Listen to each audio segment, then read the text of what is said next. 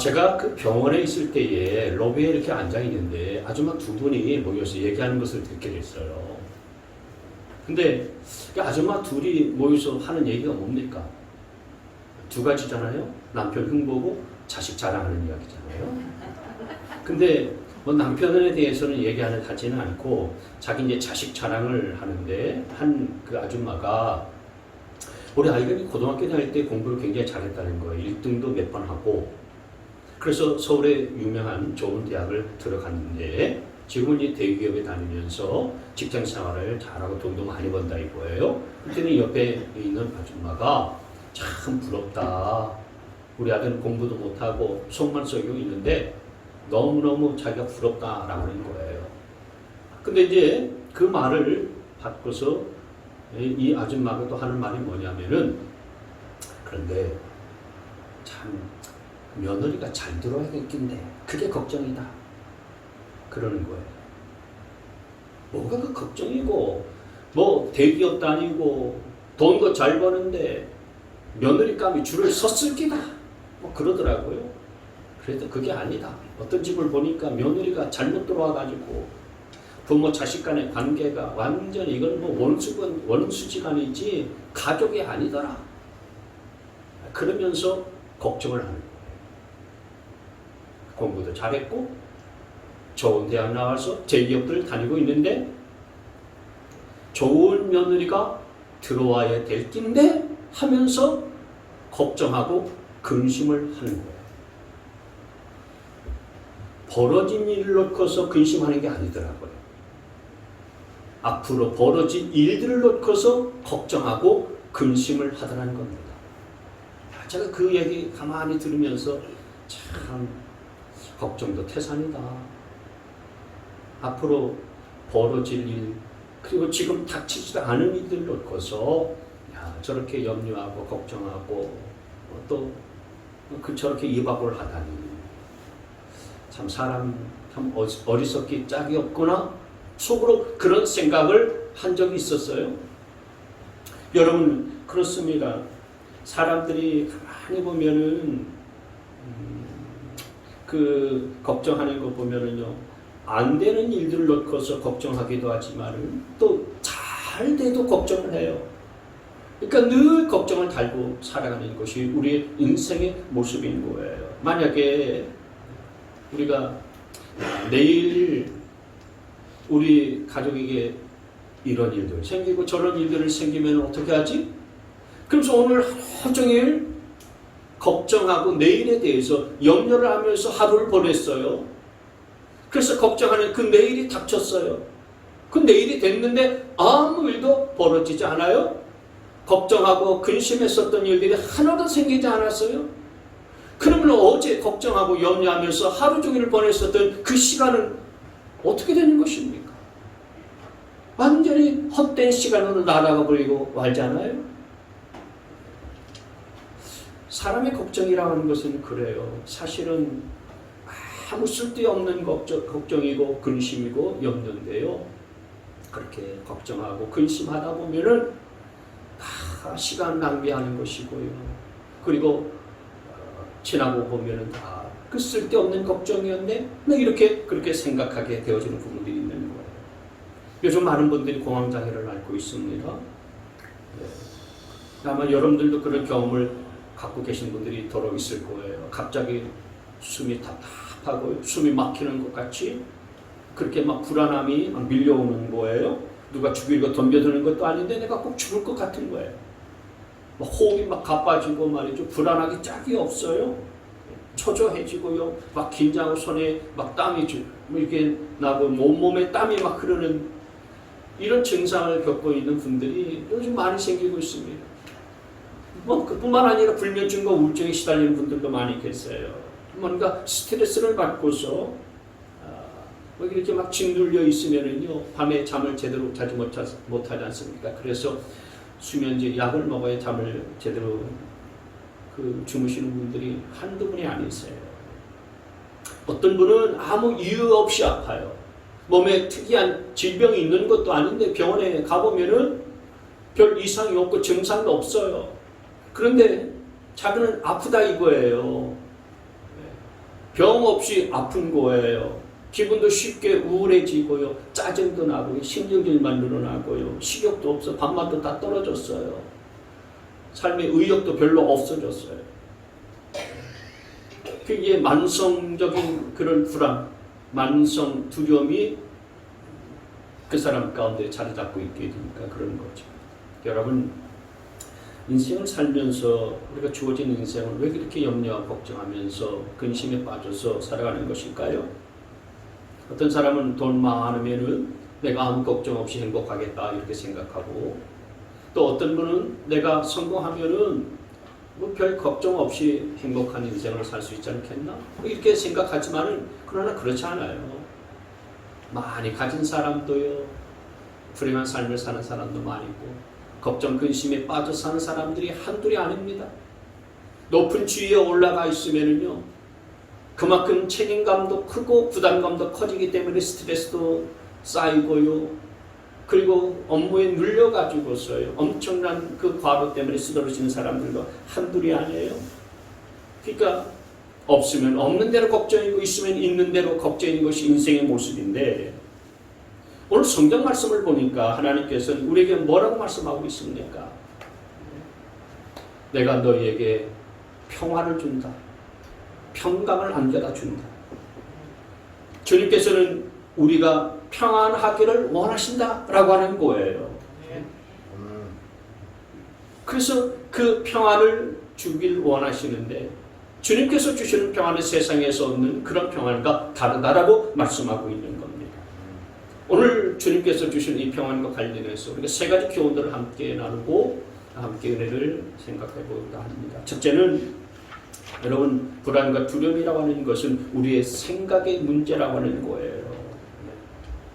여러분, 세상 살아가면서 문제 없는 사람은 없죠. 우리 모두가 다 문제를 안고 살아갑니다. 근데 그 문제라고 하는 것은 객관적인 것이 아니라 사실은 상대적인 것이다 라고 하는 거예요.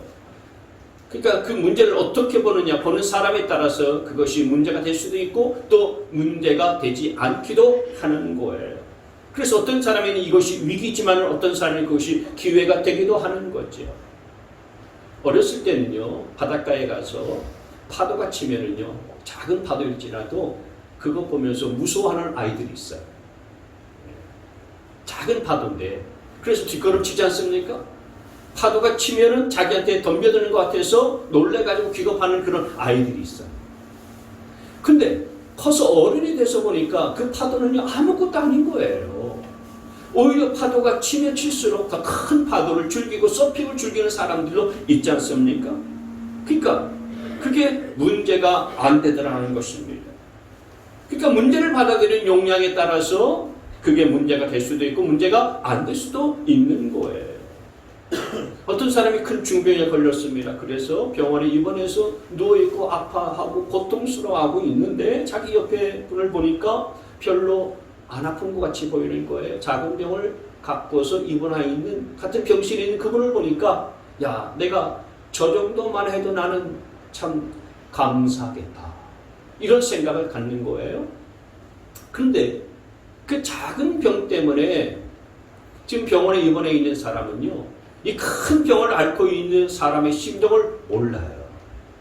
모르고 그 작은 병 때문에 아파하고 앓고 있고, 그래서 그것 때문에 자기가 그냥 고생을 하고 있다고 생각하고 원망하고 불평한다 이거예요. 내게는 그게 큰 문제고요. 견딜 수 없는 큰 고통스러운 그런 문제일지 모르지만, 그러나 그걸 보고서 부러워하는 사람도 있다는 거예요. 그래서 문제라고 하는 것은 상대적이다라고 하는 거예요. 그건 절대적인 것이 아니다라고 하는 것입니다. 여러분, 오늘 내가 어떤 문제 가운데 봉착해 있다 할지라도 그것을 상대적으로 볼 수 있는 지혜를 갖게 되시기를 바랍니다. 네. 그러니까 내 생각이 문제라고 하는 거예요. 본인의 생각이 문제인 거예요. 그래서 여러분, 어떤 분은 정말 견디기 어렵고 힘든 그런 환경과 상황이 몰렸는데도 불구하고, 목사님 기도해 주세요. 어쨌든 기도해서 헤쳐나가야지요. 이러는 분들이 있는데, 또 어떤 분들은 정말 문제가 아닌 걸 가지고서 큰 문제라고 여기면서 죽을 인상을 쓰고 가만히 들어보니까 생활 형편이 조금 안 좋아진 것뿐인데 그 때문에 자기는 죽겠다 큰 문제를 보는 사람이 있는 거예요. 여러분, 왜 나만 이렇게 생각하게 되어지면요 아무런 문제가 없는 것 같아도요 우울해지게 되어져 있어요. 왜 나만 이렇게 힘겹게 살아야 되나? 왜 나만 이렇게 건강이 안 좋아가지고서 내가 이렇게 병원 신세를 지어야 되나? 왜 나만 이렇게 가난하게 살까? 왜 나는 이렇게 억울한 일들 당하면서 이렇게 사람들한테 된통 당하는 삶을 살아야 되나? 생각이 우리를 죽이는 거예요. 생각이라고 하는 것에 우리의 몸이 반응하고 우리의 몸이 따르게 되어져 있잖아요. 그래서 여러분 이 생각들을 잘 지켜야 우리 속에 스며드는 불안과 두려움을 떨쳐버릴 수 있게 되어지는 거죠. 네. 오늘 여러분들은 여러분의 생각을 잘 다스리고 지켜나갈 수 있는 자들이 되기를 축복합니다. 아멘. 두 번째로 오늘 말씀을 통해서 우리가 얻을 수 있는 교훈은 뭐냐면 이 불안과 두려움은 사단으로부터 오는 것이라고 하는 거예요. 가만히 보면 아무 문제가 없는데 사람들은 정말 아무 문제가 없을 때에 감사하기보다는 터지지도 않은 일들, 아까 제가 말씀드린 그 아두마들처럼 아직 생기지도 않은 일들에 대해서 그냥 걱정하고 염려하고 불안해하는 거예요. 내가 오늘 건강하면은 건강한 것에 대해서 감사하면 되지 않습니까? 근데 야, 내가 이렇게 건강하다가 언제 또 암에 걸릴지 언제 죽을지 몰라.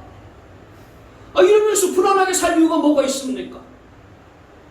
내가 지금 두 다리로 걷고 있고 그리고 내가 숨쉬고 있고 그럼 내가 누구를 의지하지 않고 건강하게 살아가고 있으면 그 얼마나 감사한 일이에요?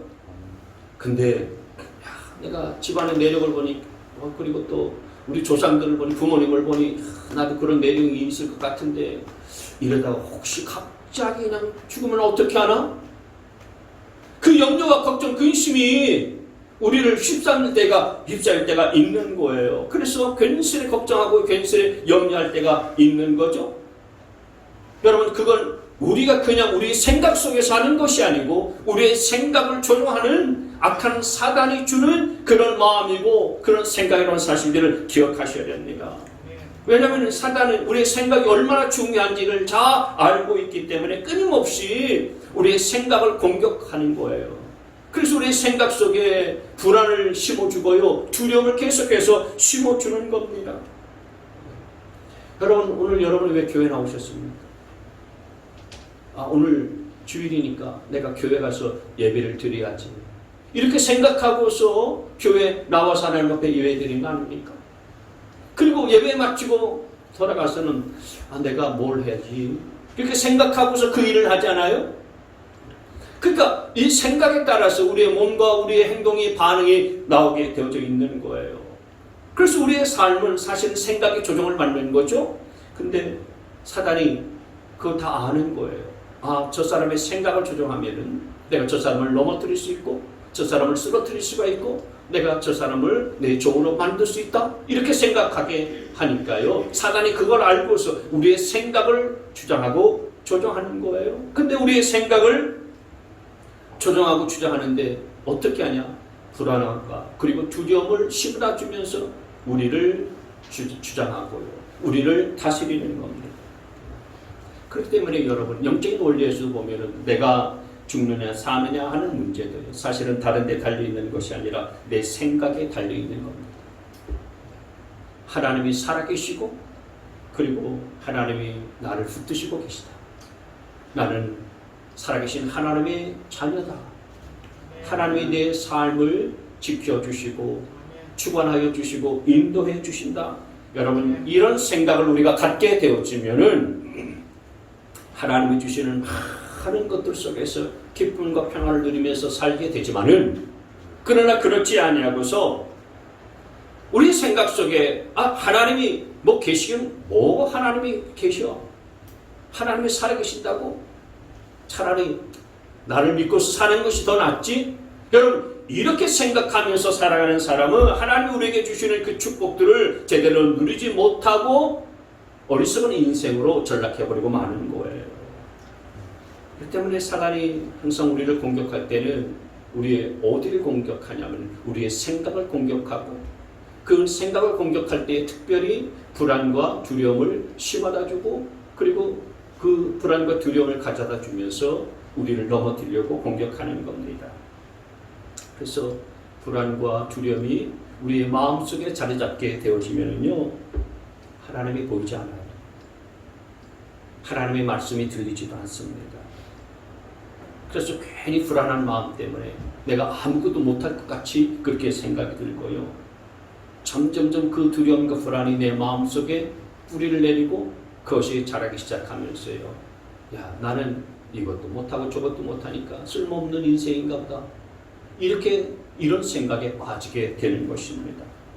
따라서 여러분, 이 사단의 공격 무기인 불안과 두려움, 이것을 주는 우리의 생각들을 여러분들이 잘 다스릴 수 있게 되어지기를 바랍니다. 네. 불안한 생각이 오고 두려운 생각이 엄습할 때마다 나사렛 예수의 이름으로 명하노니 불안한 생각을 가져다 주는 어둠의 영아 떠나갈 지어다라고 외칠 수 있게 되어지기를 바랍니다. 네.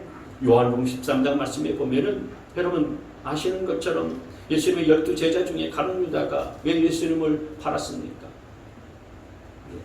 요한복음 13장 2절 말씀에 보면은 저녁 먹을 때 악마가 이미 시몬 가롯의 아들 유다의 마음속에 예수를 팔아넘길 생각을 풀어 넣었기 때문이라고 말씀을 하고 있는 거예요. 예수님을 팔아넘길 생각을 풀어 넣었어요. 누가요? 마귀가 가룟 유다에게, 주님의 제자인 가룟 유다에게 이 예수님을 내가 은 30에 팔아 넘겨버려야지, 이런 생각을 불어넣어서 그것을 실천했기 때문에 우리 주님께서 은 30에 팔려버렸고요, 십자가에 달려 돌아가신 거 아닙니까? 나중에 가룟 유다가 자기가 왜 그런 생각을 했는지 모르겠다라고 그렇게 생각하면서요, 은 30을 가지고 대제사장한테 갖다 던져버리잖아요. 그리고 나중에 자살해버렸어요. 왜 그랬습니까? 다른 거 아니에요. 오늘 이 말씀 보면 예수를 팔려는 생각을 마귀가 불어넣었기 때문에 그랬다는 거예요. 그 때문에 여러분, 우리가 갖고 있는 모든 불안과 두려움의 생각 속에는요, 악한 마귀의 공격이 있다는 사실들을 아셔야 되는 것입니다. 지금도 사단은 우리의 마음속에 불안한 생각 집어넣어 주잖아요. 두려운 생각들을 집어넣어 주고 있지 않습니까? 야, 내가 그런다고 해서 잘 될 것 같냐? 교회 나간다고 해서 네가 뭐 잘 될 것 같아? 너 하나님이 살아계신다고? 너 그거 믿냐? 목사의 설교 다 가짜야. 사기치는 거야. 그걸 믿을 바에 네 주먹을 믿어라. 하나님이 눈에 보이시냐? 보이지도 않는 하나님. 여러분, 이런 온갖 부정적인 생각들을 사단이 우리의 마음속에 심어다 주는 거예요. 그래서 우리를 조롱하고 우리를 공격하는 것입니다. 그러나 여러분, 저와 여러분의 그런 조롱의 소리와 공격하는 소리들을 다 끊어버리고 예수 그리스도의 이름으로 부정적인 생각들을 주는 어둠의 영아 떠나갈 지어다라고 외치고 선포하게 되어질 때에 주님께서 저와 여러분의 심령 속에 하늘의 평강으로 가득하게 채워주신 은혜가 부어지게 될 줄 믿으시기를 바랍니다. 아멘. 그렇기 때문에 여러분, 이 믿음을 갖고 사느냐 아니냐에 따라서 그 차이가 얼마나 다른지 몰라요. 여러분, 하나님이 살아계시고 성경 말씀이 진리의 말씀이고, 그리고 죽음 이후에 영원한 세계가 있다는 사실들을 믿는 사람하고, 그렇지 않고서 정반대로 하나님은 살아계시지 않고 하나님은 어디 계시? 하나님은 없다. 성경이 뭐 진리라고? 웃기는 이야기 하지 마라. 이렇게 생각하는 사람하고의 삶의 질은 현저하게 다르게 되어 있어요. 삶의 자세는 너무너무 달라지게 되어 있어요. 저와 여러분은 하나님의 살아계신 것을 믿기 때문에 종종 어떤 유혹이 온다 할지라도 그것을 끊어버리게 되지 않습니까? 오늘 우리 김영철 성도님이 아까 짧게 간증했었던 것처럼 이런 사람이 이런 공격 저런 공격을 한다 할지라도요, 하나님이 살아계시고 하나님이 내 편이라는 사실들을 믿는 사람은요, 내가 그래도 올바른 길을 가야지, 잘못된 이것은 끊어버려야지, 이렇게 결단하면서 살아가게 되는 줄 믿습니다. 근데 하나님의 살아계신 것을 믿지 않고 이 말씀이 진리라는 사실을 인정하지 않는 사람들은 인생을 자기 위주로 사는 거예요. 이기적으로 살아가는 것입니다. 다른 사람이 뭐 하나 먹을 때 난 하나 더 먹어야 되겠다 이렇게 생각하고요. 나는 내 인생을 위해서 살아야지, 내 행복을 위해서 살아야지. 다른 사람, 저 사람이 저렇게 저런 꼴을 하고서 사는 것은 다 자기 인생 저렇게 사는 거지. 그냥 내버려 둬야지. 나는 내 인생 챙기면서 내가 살아야지. 내가 누구를 의지하면서 사나? 그러면서 보이지 않는 가운데에 자기 몫을 챙기면서 이기적인 삶을 살아가게 된다라는 거예요. 여러분, 그 영국에 짐 길버트라고 하는 유명한 테니스 선수가 있었어요. 근데 그 짐 길버트라는 선수가요, 어렸을 때 어머니하고 치과에 갔는데 어머니 치과에서 이를 치료받다가 심장마비로 죽었어요. 그러니까 그 장면을 보고서요, 어린이 짐 길버트가요, 충격을 받은 거예요. 충격.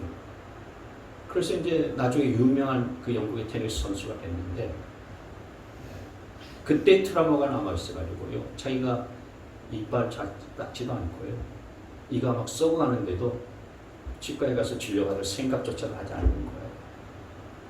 근데 주변에서 그 치료받아야 된다 이렇게 얘기를 하니까 치과는 못 가고 주치의를 자기 집에 불러가지고 치료를 받는데, 치료받다가 이 사람도 심장마비로 죽었어요.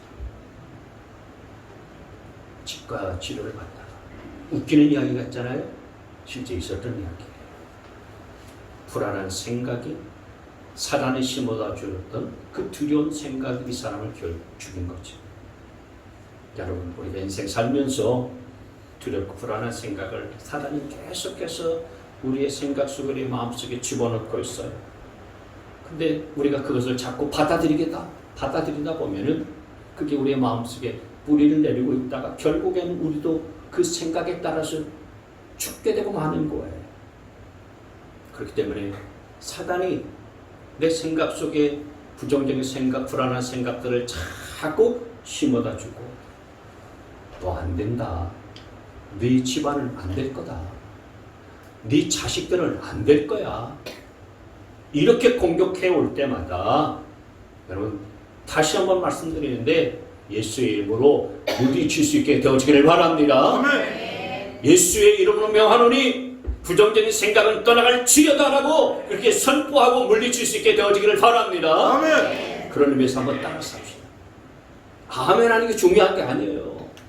실제로 여러분의 그렇게 입술로 외치셔야 돼요. 예수의 이름으로 명하노니, 시작. 예수의 이름으로 명하노니 부정적인 생각은 떠나갈지어다. 부정적인 생각은 떠나갈지어다. 할렐루야.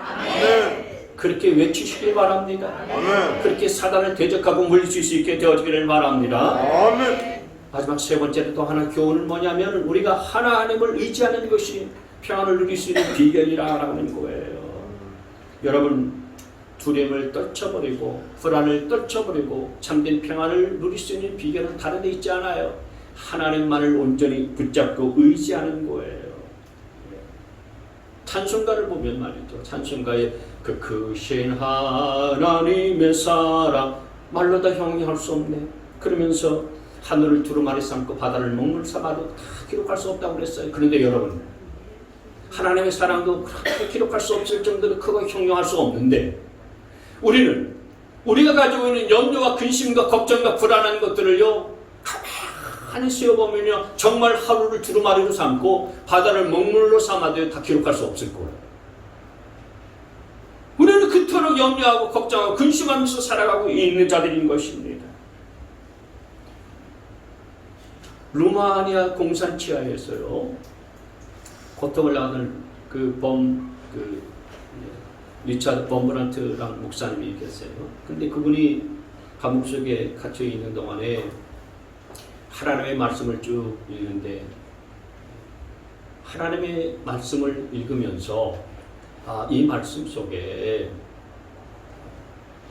자기도 두렵기도 하고 많은 사람들도 두려움 가운데 있으니까 성경 말씀에 두려워하지 말라는 말씀이 몇 번이나 있을까 찾아봤대요.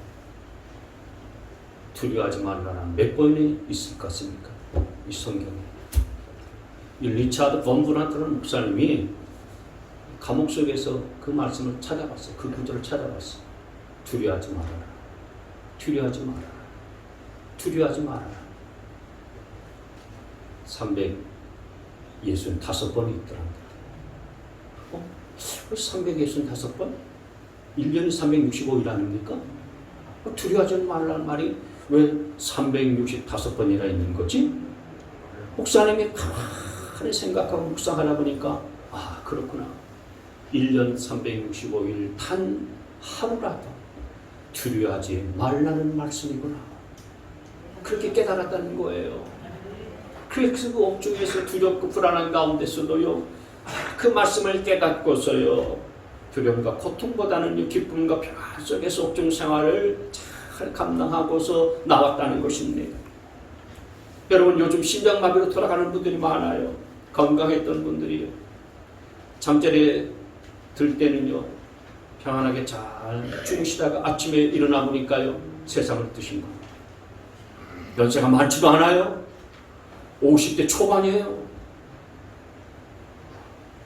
사회활동 아주 왕성하게 하시는 분이에요. 어제 제 아내 학교에 동료 선생님이 돌아가셨는데요. 50대 초반 선생님이세요. 건강하셨던 분이에요. 학교 마치고 집에 돌아와서 6시에 어떤 선생님이 통화를 했대는데 남편은 10시쯤 늦게 퇴근을 하셔서 와보니까 돌아가신 거예요.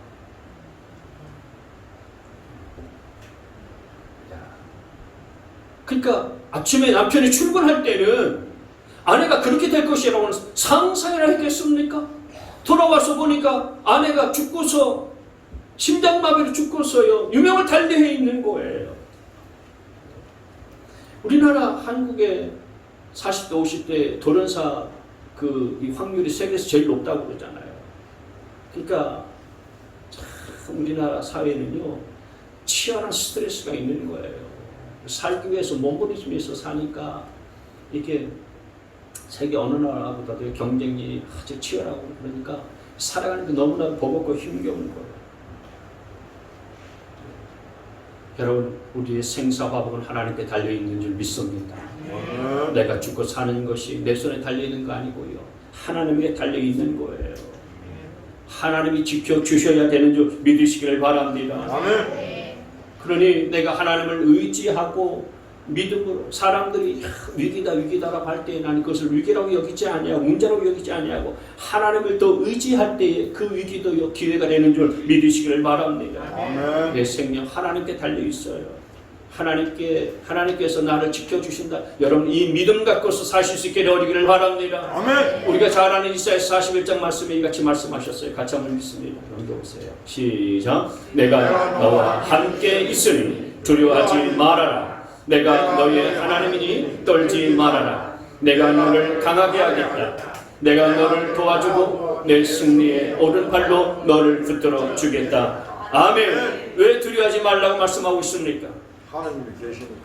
내가 너와 함께 있으니 두려워하지 말라고 말씀하여 주신 줄 믿습니다. 아멘. 내가 승리의 오른팔로 너를 붙들어 주고 있으니 두려워하지 말라고 하신 말씀인 줄 믿으시기를 바랍니다. 아멘. 인생 가운데 여러분, 두려움이 닥쳐오는 순간들이 얼마나 많이 있습니까? 내가 나이가 많아서, 우리 교회 성도도 특별히 나이가 많잖아요. 연세 드신 분들이 많은데 이제 내 죽음의 순간들이 다가올 때마다 내 마음속에 두려움이 생길 수도 있어요. 계획했던 일들이요, 계속해서 실패하고, 그 실패가 한두 번이 아니고 계속해서 반복되어서 실패할 때마다 두려움이 밀려오고요, 또 새로운 일들을 시도하기 어려운 그런 불안함이 우리 가운데 밀려올 수가 있죠. 내 경제적 큰 손실을 봤을 때도 마찬가지고요, 홀로 내가 있을 때, 홀로 있을 때, 요즘은 혼자 있을 때, 남편도 없고 자식도 나가실 때, 혼자 있을 때 심장마비로 죽는 사람이 많다니까요. 그럴 때에 여러분, 감당할 수 없는 두려움이 내게 밀려올 수가 있는 거죠. 그러나 그때 여러분, 나 홀로 있는 것이 아니라는 사실들을 기억하시길 바랍니다. 아멘. 홀로 있는 게 아니에요. 우리 양교일 권사님 혼자 계신 게 아닙니다. 권사님 넓은 집에 혼자 사시지만은 그러나 하나님이 함께 하시는 줄 믿으시기 바랍니다. 걱정할 거 없어요. 염려할 거 없어요. 아드님이 저기 조지아에 선교하러 가셨고 따님들이 뭐 근처에 사시고 서울도 계십니다만은 그러나 우리 권사님 혼자 계신 게 아니고 하나님이 함께 하시고 계세요. 그러니 두려워하지 않게 되어지기를 바랍니다.